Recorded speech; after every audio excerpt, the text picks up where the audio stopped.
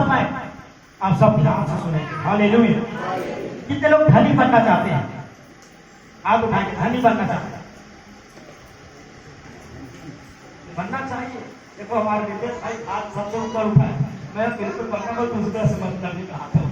वो तो ओढ़ी में ही चल के मतलब थोड़ी ट्रिपल आते हैं और हमारे गाड़ी में रॉयल गाड़ी चलना है। हालेलुया। बताइए जी, कितने लोग धनी बनना चाहते हैं? ये सब पूछ रहा हूं।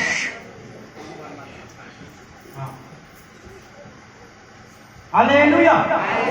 ऊपर से बड़ी बनना है। बढ़िया है भाई, अच्छे लोग हैं हमारी कलीसिया में, अच्छे लोग हैं। धनी नहीं बनना चाहते, सिर्फ कोई काम भी नहीं करते। धनी बनना चाहते तो बताता विषय, फिर भी मैं बता देता हूं। आज का विषय जो है वो आपके लिए बड़ी आशीष के कारण फैलेगा, क्योंकि मैं बताना चाहता हूं आज कई विश्वासी भाई बहन हैं, मैं देखता हूँ बहुत विश्वासी भाई बहन के जीवन को बड़ी गरीबी में, बड़ी बेरोजगारी में, बड़े बीमारी में, बड़े भूखमरी में, बड़े घटे में लोग जीवन बिताते हैं रोते हुए। क्या वो जीवन है? क्या परमेश्वर आप ऐसा जीवन देना चाहते हैं? इसी तकलीफ को देखकर परमेश्वर ने इस्राएलियों को जो फिरौन के पास गुलाम थे, उनकी गरीबी से, बेरोजगारी से, बीमारी से, भूखमरी के श्राप से मुक्त करने के लिए वो हदेश में लेकर जाता है जब दाग में जो उनकी धाराएं बहती है कि मेरे लोग हमेशा सुख से। परमेश्वर अपने लोगों को भूखा मरना 3.5 साल का काल पढ़ने पर परमेश्वर ने दास एलिया को तगड़ा भोजन खिलाता। परंतु आज आकाश नहीं, फिर भी कई भाई बहन लोग तगड़ा भोजन नहीं कर पाते, तगड़ा कपड़ा नहीं पहन पाते। क्या कारण है कि आपके जीवन में गरीबी कुंडी मार कर बैठ गया है? क्या कारण है कि आप बढ़ नहीं पा रहे हैं? हालेलुया। आज मैं उस बात को बताना चाहता हूं, एक वचन के साथ प्रारंभ करूंगा। नीति वचन और 14 अध्याय और 23 पद को पढ़ेंगे। मैं चाहता हूं बड़े ध्यान से सुनते जाएंगे। थोड़ा समय लेता हूं, पर पूरा समय आप मुझे दे दे तो बहुत बढ़िया है। आपका पूरा समय जो इस वक्त बैठे हैं, मैं आप लोगों का कुछ मिनट चाहूंगा, कुछ मिनट मुझे दे दो तो मैं आपके लिए परमेश्वर के वचन से कुछ बातें बोल सकूं। पढ़िएगा पृष्ठ क्रमांक 782, पुस्तक का नाम नीति वचन अध्याय 14 पद 23। परिश्रम से सदा लाभ होता है, हाँ, परंतु बकवास करने से केवल घटी होती है। हालेलुया, बोलो हालेलुया, सब बोलो हालेलुया, सभी का हाथ उठे बोले हालेलुया। सब यीशु मसीह के नाम से धनी बन जाओ। बनना जरूरी है। हमारा ही नुकसान होता है, क्योंकि जिसके पास है नहीं वो क्या देगा? उसके चक्कर में कलीसिया भी गरीब है। सही बात है नहीं? यहाँ लिखा है परिश्रम करने से सदा क्या मिलता है, परंतु बकवास करने से क्या होती है? घटी। सुन रहे जी? आज मैं बताना चाहता हूं, दुनिया का सबसे बड़ा धन परिश्रम क्या होता है? दूसरा में संतोष होती है। परिश्रम करने वाला व्यक्ति कभी भूखा नहीं सोता। परिश्रम करने वाला व्यक्ति के पास कभी कोई चीज की घटी, क्योंकि बाइबल बता रहा है। आज मैं बहुत से लोगों को जीवन में घटी देखता हूं, उनका कारण कोई श्राप नहीं है, कोई पाप नहीं है, उनकी आलस्य है। कहते हैं मनुष्य का सबसे बड़ा दुश्मन उनके पाप के बाद दूसरा नंबर का आलस्य उनका सबसे बड़ा दुश्मन होता है। और आलसी व्यक्ति जीवन में केवल बकवास करते हैं। क्या करते हैं? खाली बकवास करेंगे और प्रभु के लिए कुछ कर न अपने परिवार के लिए कुछ कर पाते, न अपने जीवन के लिए कुछ कर पाते। इसलिए मैं आज इस वचन से मैं सोच रहा था क्या किया जाए। 2 तरीके से हमको परिश्रम करना होगा। हम 2 तरीके से बढ़े। हम इस संसार में भी बढ़े, इस संसार में भी हम ब्रांड लाइफ जिए, एक बेहतर जिंदगी जिए कि प्रभु में गवाही हो कि प्रभु अपने लोगों को कैसा तरक्की देता है, आगे बढ़ाता है। और आदमी जीवन में परिश्रम करे कि आपकी तौर से मदद के जीवन के बारिश। और बिना परिश्रम के व्यक्ति कभी आगे बढ़।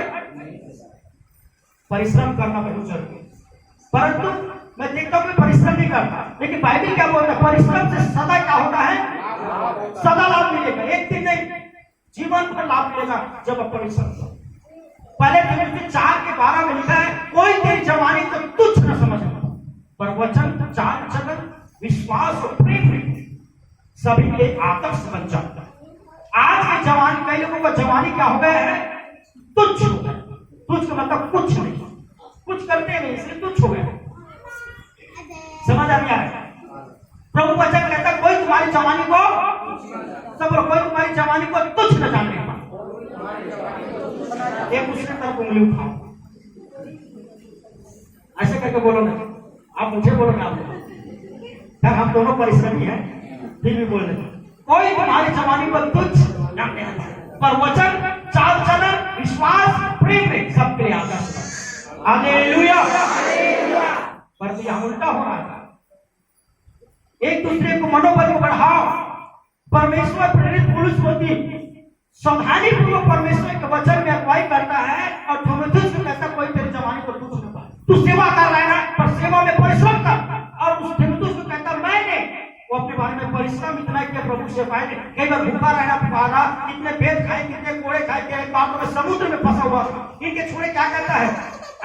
जब पढ़ते थिस्सलुनीकि की किताब में पुरुष के बारे में क्या करता है? मैं काम धंधा करता हूं, मैं किसी पर क्या ना हो जाऊं, हार ना हो। क्या ना बोलिए, क्या ना हो। जब इस वचन को थोड़ा पढ़िए, पहले थिस्सलुनीकि के 2:9 पद में पढ़िए। मैं ज्यादा समय नहीं लूंगा, पर मैं बहुत बड़ी बात बताने वाला हूं। पहले थिस्सलुनीकि के 2:9। क्योंकि हे भाइयों, तुम हमारे परिश्रम और कष्ट को स्मरण रखते हो। हमने इसलिए रात दिन काम धंधा करते हुए तुम में परमेश्वर का सुसमाचार प्रचार किया कि तुम में से किसी पर भार ना हो। किसी पर भार ना हो। एक जगह कहता मैंने काम धंधा भी किया। और प्रेरित पुरुष के बारे में बताता हूं, सेवकाई के साथ साथ में पियो वो काम करता था। किसी से मांगने की जरूरत ना पड़ी। से क्या करता था? बोलिए, सब बोलो ना जी। सब सुन रहे नहीं सुन रहे? देखिए, आलस्य का आत्मा पर हावी हो। सबसे बड़ा श्राप तो आलस्य है। बाइबल में लिखा है, एक स्वामी जब बाहर जाता है तो 3 व्यक्तियों को उनकी योग्यता के अनुसार थोड़ा बांट देते हैं। एक को 5, एक को 2, एक को 1। 5 वाला 5 कमाता है, 2 वाला और 2 कमाता है, 1 वाला दबा देता है। इनको आलसी। अब आलसी का दंड क्या मिला उनको? हेतु आलसी करके उन्हें बंदीगृह में डाल दिया गया। एक दिन जो आलसी व्यक्ति जो अपने परिवार की प्रति जिम्मेदारी नहीं उठा पा रहा है, जो अपना खुद का बोझ उठा पा रहा है, वो व्यक्ति जो आलस्य है वो भयंकर दंड के भागी होंगे।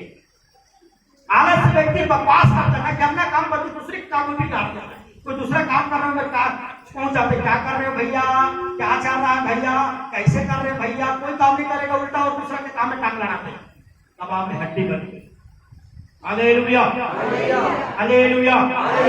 किसी भी भार मत करो मेरे प्रिय भाई और बहनों, जवान भाइयों, इस पर भार मत करो। एक उदाहरण दे रहा हूं, मैं कई उदाहरण दे चुका हूं। एक बार की बात है, एक गांव में बहुत से संत ज्ञानी लोग थे और वहां गांव में अच्छा संदेश पाकर गांव का सुरक्षा संतवाणियों से लोगों को कृतार्थ करते थे। अचानक उस गांव में एक और संत पहुंच गए। जैसे संत पहुंचा, उनको खबर मिली बाकी संतों को कि एक और संत आ गया। तो उनके पास बोला हमारे आश्रम में इतनी व्यवस्था नहीं है, उनको और जगह दिया जाए। इसलिए उनका स्वागत के लिए उसने एक गिलास को भेजा अपने चेले के पास और एक गिलास को पूरा भर ऐसे भर पानी से भर दिया गया, छप छप। और छप छप का पानी भर के गिलास लेकर जाकर बोलता है हमारे मेन मुख्य संत जो है संत साहब आपके लिए आपके स्वागत में एक गिलास को भेजा है। उसने कुछ नहीं बोला, बस गिलास को भेजा है और भी भर भर तो समझ गए संत। उसने बोला, जैसे उसने गिलास को देखा उसमें फूल निकाली और तोड़ के डाल दी। अब बोला तुम अच्छा। उनकी सारे ही सारा में बात कर इस इशारा में तो गिलास को पूरा भर कर इसलिए भेजा था कि भैया आप कहां से आ गए, यहाँ पर आपके लिए कोई जगह नहीं है। आश्रम में आपके सेवा करने के कोई स्थान नहीं बचा है, सारा स्थान क्या हो चुका है, भर चुका है। आपको जीवन चलाने के लिए यहाँ पर कुछ आपका बोझा हम उठा नहीं सकते। देख लीजिए गिलास पूरा क्या है, भरा हुआ कोई स्थान खाली नहीं। तो उसने फूल डालकर उत्तर दिया कि देखिए भैया, फूल को डाला, फूल पानी में क्या करने लगा, तैरने लगा। उसने भी इशारा में बता दिया कि मैं आप पर भार बनने नहीं आया हूँ, मैं परिश्रम करके रोटी। हालेलुया, जय मसीह की। समझ आ रहा है? परिश्रमी व्यक्ति के घर चकाचक होंगे, परिवार चकाचक होंगे, जीवन चकाचक होंगे। आलस्य व्यक्ति को खुद के चेहरा में गंदगी साफ नहीं करता। Praise the Lord. मेरे प्रिय भाई और बहनों, आज परिश्रम के बारे में सीखना है। आज का विषय है परिश्रम ही आपका सबसे बड़े सफलता का मूल सूत्र है। और उस सूत्र को आप इस्तेमाल नहीं करोगे तो आप जीवन में कभी तरक्की कर नहीं पाओगे। आत्मिक जीवन से उन्नति चाहिए क्या? सुनिए ध्यान से। चाहे भौतिक जीवन उन्नति चाहिए, संसारिक जीवन उन्नति चाहिए, उनका मूल स्रोत है परमेश्वर के वचन के अंदर परिश्रम। क्या है? परिश्रम। मैं दानियल के बारे में आपको मैं निकलवाऊंगा नहीं, क्योंकि मैं थोड़ा सा वचन प्रचार करके बोला हूं, इसलिए मैं बताना चाहता हूं। जब दानियल के किताब 6 अध्याय के 10 पद को पढ़ोगे तो लिखा है दानियल दिन में 3 बार प्रार्थना करता था। कितने बार प्रार्थना करते थे? जबकि दानियल के बारे में जब उनकी बायोग्राफी को पढ़ते हैं, जब उनके जीवन के विषय में जब पढ़ते हैं मेरे प्रिय भाई बहनों, तो दानियल परमेश्वर के भक्त के साथ वो एक राजा के यहाँ उस समय राज्य शासन चलते थे, तो उस राजा के यहाँ राज्य कर्मचारी थे। वो कर्मचारी होने के बावजूद भी बराबर परमेश्वर के 3 बार प्रार्थना करने को उनके पास समय था। हालेलुया। और परमेश्वर के प्रति वचन के प्रति अटल था। परमेश्वर के खिलाफ तो कभी नहीं जाता था। एक बार एक राजा ने हुकूमत निकाली कि 30 दिन तक कोई अपने ईश्वर का आराधना नहीं करेगा, केवल परमेश्वर का केवल राजा का आराधना करेगा 30 दिन तक। और जो राजा की बात नहीं डालेंगे, बात नहीं मानेंगे, हमें तब भी ये बात को जानने के बाद भी दानियल ने राजा का बात नहीं माना, क्योंकि वहां पर परमेश्वर की आज्ञा को तोड़ने वाला बात था। बाकी सब में ईमानदार था। राजा उसे दानियल को बहुत पसंद करते थे। जितने उनके यहाँ कर्मचारी थे ना, उसमें सबसे ज्यादा राजा किसको पसंद करता था? दानियल। क्योंकि दानियल एक परिश्रमी व्यक्ति था। जब से दानियल के राज्य में काम करना उन्नति की, क्योंकि वो अपने काम को बराबर करते थे। अगर वो 8 घंटे ड्यूटी दिया है तो 8 घंटा बराबर ईमानदारी से काम करते थे। दानियल से परमेश्वर भी प्रसन्न था, क्योंकि वो बराबर प्रार्थना भी करते। Hallelujah, hallelujah. कई परिश्रम करने वाले लोग बोलते भैया हमको प्रार्थना करने का समय नहीं मिलता, परंतु जितना आपका सफलता में plus plus plus plus point है आपकी प्रार्थना परमेश्वर से। कई लोग परिश्रम करते हैं पर उनको अच्छा फल। अगर हम लोग दानियल के नए जीवन बिताने का निर्णय लेते हैं या प्रेरितों के काम के 10 अध्याय में कुरनेलियुस के परिवार के विषय में दिया गया है। कुरनेलियुस नामक व्यक्ति के बारे में बताया जाता है जो पलटन का सरदार था। ये पलटन का क्या था? वो एक अधिकारी था।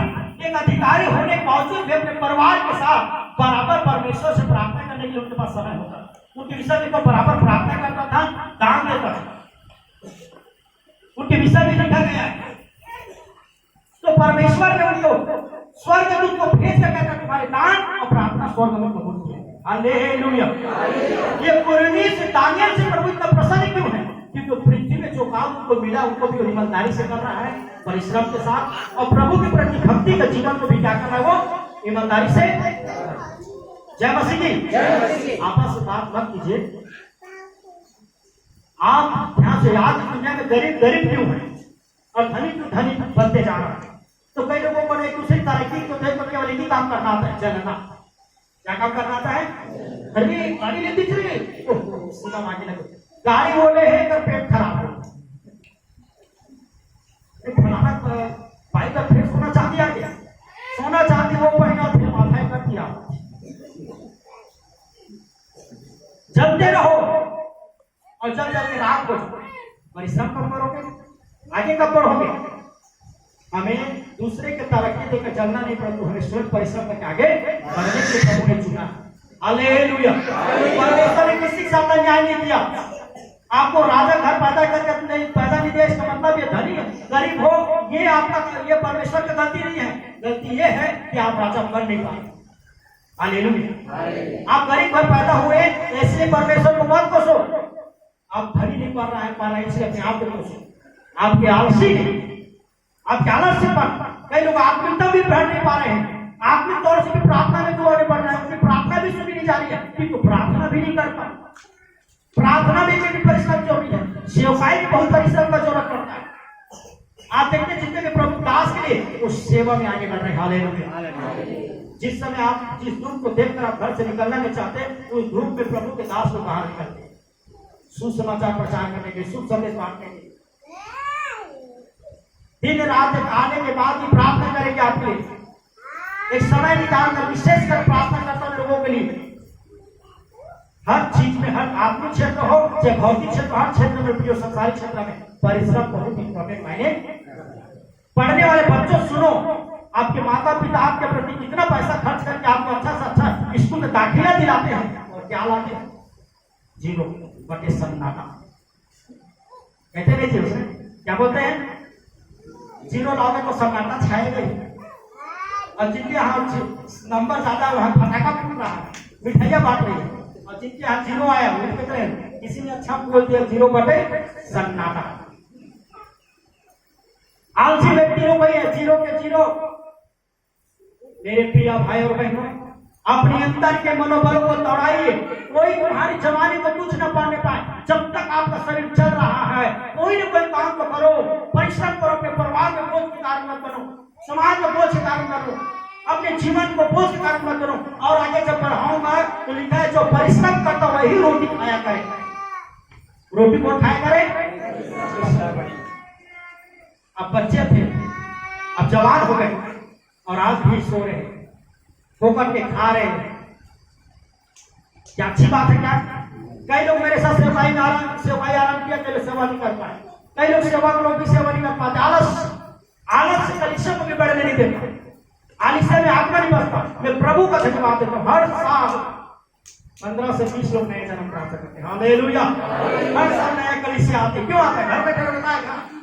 संस्कृत में कहावत, उससे मेरे ही सत्यांति कार्य मनोरथा में शुद्ध से वही शांति मुक्ति मिलेगा।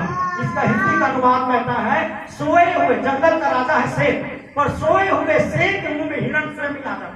जंगल के राजा शेर को भी परिश्रम करना पड़ता है भोजन। घर में बैठे बैठे भोजन नहीं आएंगे, कपड़ा नहीं आएंगे, तरक्की नहीं आएगी, आपकी उन्नति नहीं आएगी, स्वर्ग आपके पास आएगा। आपको आत्मिक क्षेत्र में भी हर क्षेत्र में परिश्रम करने की जरूरत है। हालेलुया। जय मसीह की, जय मसीह की। हम लोग क्या करने बैठे जानते हैं? आलसी व्यक्ति का दिमाग किस पर लगा रहता है? सोया है तो हंडा सपना देख रहा है। किसने देख रहा है? एक बार की बात है, व्यक्ति ऐसी सपना देख रहा था, और उसे एक दिन जा रहा था तो गिर गया। गिरने पर चलते चलते रास्ता में गिर गया। तो मैं कैसे गिरा करके जांचने से एक छोटा सा पत्थर के ऊपर वो क्या हो गए, हपट के गिर गए। अब वो पत्थर उठाया और गुस्से के मार देखा कहाँ फेंकू। तब देखा कि एक बरगद के पेड़ के नीचे एक मटका था, उसके अंदर पत्थर को डाला। जैसे वो मटके के अंदर पत्थर को डाला, पूरा मटका पत्थर से भर गया। मटका उठा के ले आए। अब मटका उठा के ले आने पर घर में रखा। अब घर में रखा, अपनी पत्नी को बताया, उसकी पत्नी ने जैसे अपने गहना को निकाला, गले के हार को उस मटके में डाला। जैसे ही एक हार को डाला, पूरा मटका सोन के हार से भर गया। अच्छा, ओह उसी ठिकाना नहीं। फिर उसने 50 रुपए का नोट को डाला, पूरा 50 नोट से मटका भर गया। फिर क्या, वो तरक्की पे तरक्की, घर छोटा सा बड़ा हो गया, सब चीज बड़ा, बहुत बड़ा। तब उसी ठिकाना नहीं मिला, अरे फोकस में सब मिल रहा है। पड़ोसी ने देखा कि कितना तरक्की कर रहा है, क्या कारण है? एकदम गरीब आदमी, कुछ भी नहीं कर पाता। अचानक क्या हो गया, उनके जांच पड़ताल की जासूसी करने से पता चला मटका की जादू। तो ये व्यक्ति ने चुपके से मटका को चोरी कर लिया। अब मटका को चोरी करके जैसे मटका को लाया तो मटके के अंदर अपना हाथ डालता, अब कई हाथ मटका में फंस गए। अब ये रोने लगे, भैया बचाओ। अब ये व्यक्ति जिसने मटका लाया है वो दौड़ कर गया, मटका तोड़ा। जैसे मटका तोड़ा, एकदम भयंकर पसीना के साथ आग खुले, सब सपना सब क्या था। तब देखा, रे लालच में मैंने क्या सोच रहा हूँ, कैसा मटका मिले, परिश्रम नहीं करता, एकदम आलसी हो गया। अब पता चल रहा है सपना। फिर बाद में पता चलता है मैंने सपना देखा कि अपनी पत्नी को जाकर सब कुछ बता रहा है। उनकी पत्नी बोल रहा है ये सब हकीकत। जैसे मटका फूटा, सारे चीज लोग उसी में चले गए। और तेरे आलसी कारण देख, पहले घर था उससे भी छोटा था। आलस्य का जो रिजल्ट क्या है? लालच। हमारे मन में क्या चला जाते हो? आलस में क्या सोचते हैं? मैं चलता रहूं, 1 करोड़ पैसा सामने में मिल जाए। मैं सोता रहूं, उनको किसी को हंडा का सपना आ रहा है, यहाँ में हंडा है, यहाँ में सोना है, ये हो क्या रहा है? आलसी व्यक्ति, बाइबल में आलसी व्यक्ति सोए सोए सोए सोए सारा सपना देखते देखते बड़ा आदमी बन रहा है। उठ कर देखते हैं तो वही बसनी चटनी का 2 मिनट उसको खाना पड़ता है, वो भी 4 घाटा सुना कर देते हैं आलसी व्यक्ति को देने वाले, 4 घाटा बोले उल्टा सीधा बातें, तब उनको भोजन मिलता है। कोई इज्जत नहीं होता आलसी व्यक्ति का, याद रखिएगा। जो अपनी जवानी को, अपनी जिंदगी को बैठे बैठे, हमारे कलिसिया में बहुत विश्वासी भाई बहनों को कई आज्ञा दिया मैंने परिवार चलाने के लिए, परिश्रम करने के लिए। किसी को धंधा करते हुए बोलते भैया धंधा करे शर्म आता, इसलिए कहा जो करे शर्म अगर छोटे कर, भाई अपने परिवार को चलाने में क्या शर्म है? मेरे को कभी सुबह मिला हुआ था, मेरे साथ पढ़ा है, वो भी जितना पढ़ा उतना वो भी पढ़ा है, और क्या कर रहा है? कबाड़ी। वो बोल रहा है भाई ने कबाड़ी कर रहा है, भाई कोई काम छोटा बड़ा नहीं है, तू परिवार को चलाता, तू परिश्रम नहीं है, आज नहीं तो कल तू बड़ा आदमी बनेगा। हालेलुया। परिश्रम करने से सदा लाभ मिलता है, बाइबल कहती है। जय मसीह की। परिश्रम से कभी हानि। दानियल एक अच्छा प्रार्थना योद्धा था, वो तो अपने राज्य कर्मचारी के साथ तो ईमानदार थे, परमेश्वर के प्रति बड़े ईमानदार। इसने अपने आत्मिक जीवन में थोड़ा भी कभी आलस्य पड़ दिया, अरे आज सोचा तो आज प्रार्थना करूंगा, बराबर प्रार्थना करने वाला। इतना जबरदस्त प्रार्थना करने के कारण राजा ने उनको क्या कर दिया? प्रमोशन दिया, कर्मचारी से वो अधिकारी बन गया, और इधर परमेश्वर ने प्रमोशन किया, केवल तुम कहा सब दर्शन देखने वाले बनेगा। हालेलुया। जय मसीह की। डबल आशीष के साथ आत्मिक तौर से भी प्रार्थना करते चलो। वही लोग प्रभु पास आ गए हैं, खाली पास्टर को सोचते पास्टर किसी भी हालत में मेरे सर में हाथ रखे चमत्कार हो जाए, ऐसा कुछ आपको उसको भी परिश्रम करने की आत्मिक तौर में प्रार्थना, उपवास, दान, आराधना, संगति, वचन के अध्ययन, वचन में चलने में आत्मिक तौर से मजबूत रीति से प्रतिदिन आप मेहनत कीजिए, प्रतिदिन प्रार्थना के साथ जीवन बिताइए, उपवास के साथ जीवन बिताइए, बीच बीच में आप बिल्कुल आत्मिक तौर से भी परिश्रम कीजिए। परमेश्वर आपको आशीषित करेगा, आपके हाथों के कामों पर आशीष देगा। व्यवस्था में 28 अध्याय में लिखा है, जो परमेश्वर के वचन को सुनता और मानता है प्रभु के हाथों के कामों पर आशीष। हालेलुया। हर के हाथों के कामों में आशीष नहीं आता। कई लोग परिश्रम कर रहे करके प्रार्थना को भूल जाता है, परमेश्वर को भूल जाता है, प्रभु के भवन को भूल जाता है, बाइबल पढ़ना भूल जाता है, वचन में आना भी भूल जाता है, वचन में चलना भूल जाता है। हारे परिश्रम करते, अब पता चलता परिश्रम करके भी उसको कुछ प्राप्त, क्योंकि केवल धन से हमें शांति नहीं मिल सकता। धन से आवश्यकता पूर्ति होती है और परमेश्वर को से शांति मिलती है। हालेलुया। और हमें दोनों की जरूरत। जय मसीह की। एक सिक्का की 2 पहलू होती है, कितना होती है बताइए? क्या क्या?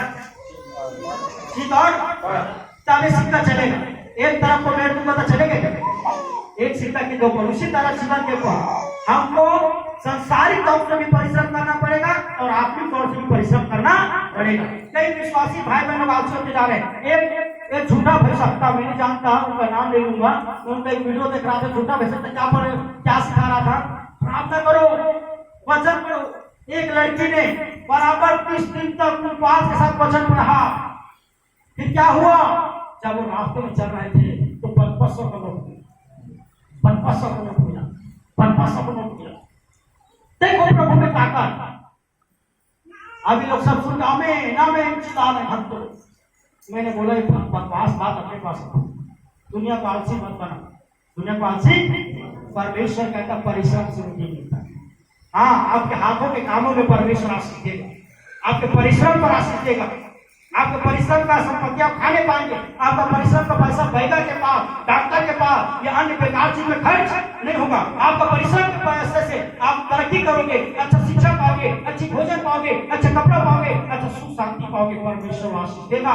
कब? प्रार्थना करो, प्रार्थना करो, उपवास करो, बाइबल पढ़ो, लेकिन इतना नहीं कि काम काज छोड़कर रात दिन से मिला करो। इतने लोगों को समझ आ रहा है जी? हालेलुया। कई लोगों के पिताजी लोग फोन लगाते हैं, हेलो भैया हमारे लड़का बातें नहीं मान रहा है, काम नहीं कर तो असली सीधा था जी, रात में प्रार्थना करोगे तो पहले प्रार्थना करके भाग ला, फिर वहां पर हमारा परमेश्वर का नाम क्या हो जाता है? बोलो ना जी, हालेलुया। इसीलिए परिश्रम करने में पीछे मत हटो। एक वचन पढ़ी गई इफिसियों 4:28 जल्दी से एक दो वचन पढ़ते हैं हम लोग। इफिसियों के पत्री 4:28 पद को पढ़ेंगे।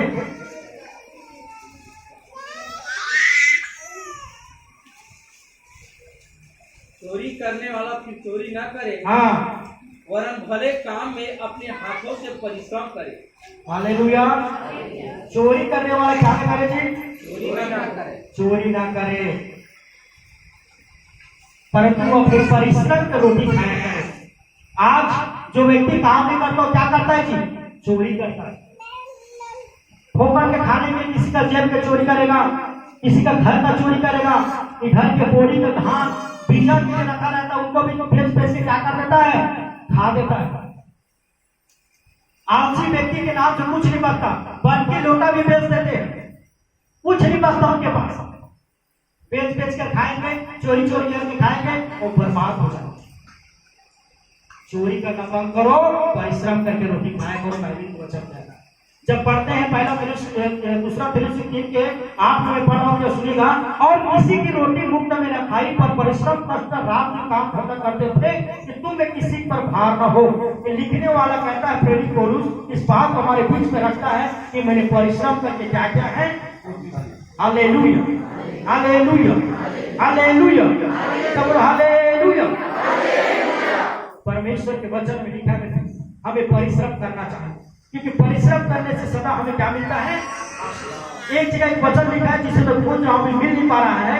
ये वचन इस तरह कहता है कि हमें परिश्रम करना चाहिए और हमारे पास परमेश्वर के राज्य के लिए भी देने के लिए हमारे पास कुछ हो।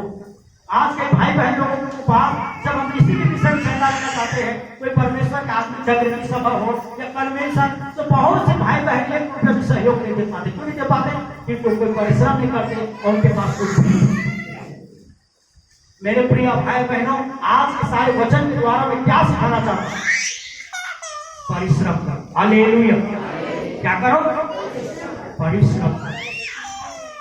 आत्मिक क्षेत्र में परिश्रम करो। प्रार्थना, अगर आप आत्मिक क्षेत्र में आ गए हैं तो प्रार्थना सुबह समय बढ़ते जाए। हालेलुया। उपवास बढ़ते जाए। बात को सब सुनेंगे ध्यान से। परिश्रम के बिना व्यक्ति बेकार है। मैं अपने विषय बता रहा हूं, इसलिए इनकी बड़ाई पाने का गवाही बोली। जब मैं प्रभु में नहीं था तब भी मेरे गांव में जाकर पूछेगा, जब से होश संभाला तब से मैं काम कर रहा हूं। कुछ भी काम कर, मिट्टी का काम, घोड़ा उठाने का काम, गठन खोदाई, आपका घर का काम और खोदाई, कई प्रकार के काम जो मैं कर सकता था मैंने किया। प्रभु में आने के बाद भी हम लोग खाली नहीं बैठे। जब प्रभु में हम सेवाई करने का निर्णय लिए तो डायरेक्ट फुल सेवाई में नहीं आ गए थे। सेवा करते करते हमने पत्थर गोल्डर का काम करते, सेवाई में रहते खेती किसानी में काम करता था, कई प्रकार का काम में करता रहा। और सेवाई में हमें दिन रात लगा दे, पैदल सेवाई के, साइकिल में सेवाई के, क्या धूप क्या रात, कोई समय नहीं देखा। अरे इतना बजे निकलना चाहिए, इतना बजे निकलना चाहिए, सब नहीं देखते थे, बस निकल के सेवा करते थे। तब जाकर आज कलीसिया के निर्माण हुई। आज कई जगह सेवा लग पा रहा है, कितने लोगों के आत्मा बचे हैं, कितने लोगों के जीवन सो रहे हैं। हर क्षेत्र में परिश्रम की जरूरत पड़ती है। हालेलुया, जय मसीह की।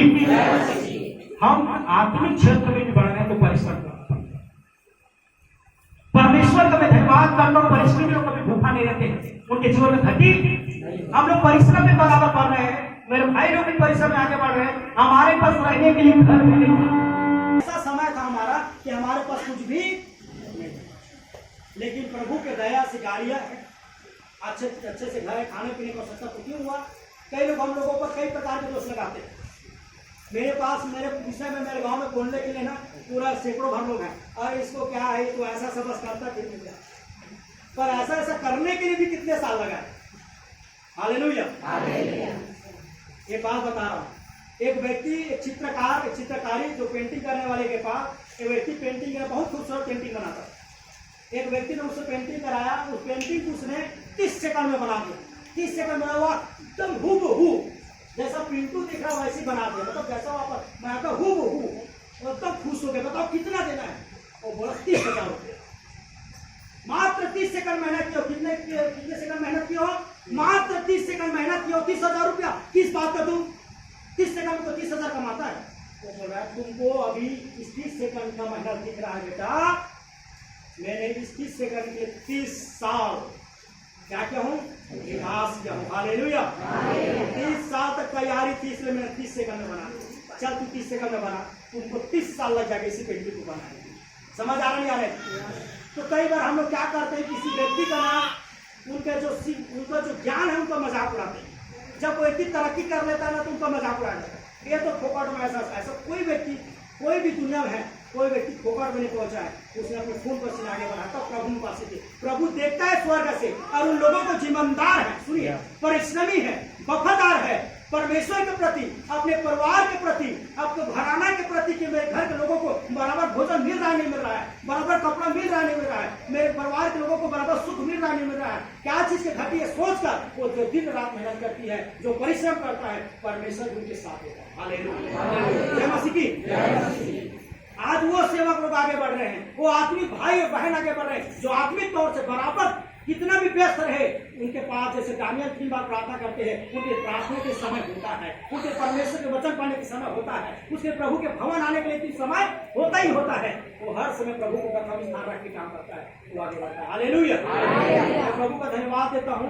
हमारे प्रताप भाई अपने जीवन का गवाही देता है तो बेचारा वो भी पढ़ लेता है, इतना उनकी स्थिति खराब। वो बताता है कि मेरे पास ऐसा स्थिति थे समय कि मेरा कुछ दोस्त लोग मेरे लिए कपड़ा लेके आए, उनके मतलब रिश्तेदारों के लिए कपड़ा लेके आते, जब तुमको बड़ा छोटा पहन होता था कि हमारे पास कुछ भी नहीं, लेकिन उसने फूल तो धुआंधार इतना दिन में बराबर उसने क्या क्या जानते हो, बराबर उसने परिश्रम की। लेकिन मजे के बाद उनका प्लस पॉइंट में देख रहा हूँ इतने लोगों में आने में, हमारे कलीसिया 2-4 भाई लोगों को मैं देखता हूँ तो बड़ा खुशी होता है। इन लोगों ने जितना बराबर संसार में परिश्रम किया उतना से बढ़कर उसे प्रभु में परिश्रम किया। एक संडे नहीं छोड़ते, घर में अलग से प्रार्थना लगाते, सप्ताह में 27 समय उनके घर में लग रही है और बराबर वो लोग भवन आ रहे हैं और बराबर अपने जीवन परिश्रम कर रहे हैं। परमेश्वर के छोटा से घर को बड़ा कर दिया। हालेलुया। सब कुछ बड़ा हो रहा है। हमारे बीच में हमारे संतो भाई प्रताप भाई हमारे कलीसिया के जीता जागता गवाह, आपके सामने लोग आए बैठे हुए, लोग जीता जागता गवाह है कि लोगों ने अपने जीवन में सारी आशीष को पाए हैं और डबल आशीष करेगा जितना आगे बढ़े। वो जो लोग वफादार है, मैं बता रहा हूँ ना, प्रभु क्या देखकर जानते हो, जो छोटे से चीज में ईमानदार है इसको बड़ा काम। हम लोग बोलते हैं, कई लोग बोलते हैं मैं पास्टर बनूंगा, मैं पास्टर बनूं। जो प्रभु देता है, जो अपना परिवार नहीं चला सकता वो कलीसिया चला पाएगा। समझ आ रहा नहीं आ रहा है? तुमको पहले अपने घर चलाओ, अपने आप को पहले चला के दिखाओ मुझे। जो अपने आप को बैलेंस नहीं कर पाता, तो ढंग से खड़ा नहीं होकर खूब उलट जा रहा है, वो कलीसिया को खड़ा करने आया। परमेश्वर ने निर्बलों को चुना, मैं मानता हूं, लेकिन उनके अंदर भी भूल होता, परिश्रम करो। हालेलुया। और आज मैं आप लोगों के बीच में सूत्र बता रहा हूं, प्रार्थना और परिश्रम। बोले क्या? प्रार्थना और परिश्रम, और दोनों के बीच में परमेश्वर, दोनों के बीच में परमेश्वर। और तीनों चीज में बढ़ते जाइए, प्रार्थना में बढ़ते जाइए, परिश्रम में, और परमेश्वर के साथ चलिए।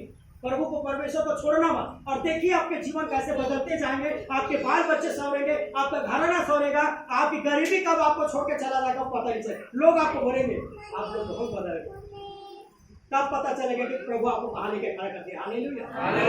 हम लोग गाना गाते नहीं, भूरे से उठा कर तूने मुझे चट्टान पर खड़ा किया, गम के आंसू को पोंछने का, हंसने का मौका दिया। कहाँ से उठाया है? हमको प्रभु ने भूरे से उठाया। हालेलुया। और न कि हम ही लोगों को, प्रभु आप सभी को उठाना चाहता है। आज मैं 2 बात बोल रहा हूँ फिर से, परिश्रम, प्रार्थना, परमेश्वर। फिर से मैं उस बातों की याद दिलाऊंगा जो आना में मैं आपके बीच वचन उठाया। नीति वचन 14 के 23 को हेड लाइन का नीचे लिखा है, परिश्रम से सदा क्या मिलता है? लाभ। और बकवास करने से अच्छा कितना भी प्रार्थना योद्धा हो, लेकिन संसार में परिश्रम लेकर कुछ भी परमेश्वर अन्याय नहीं करेगा। जब तू प्रार्थना योद्धा करके आसमान से आपको खिलाएंगे तो फिर बाकी परिश्रमी के साथ उसने अन्याय कर दिया। तरक्की के लिए हमें तीनों चीज इंपॉर्टेंट है। हालेलुया। जय मसीह की। जय। परमेश्वर के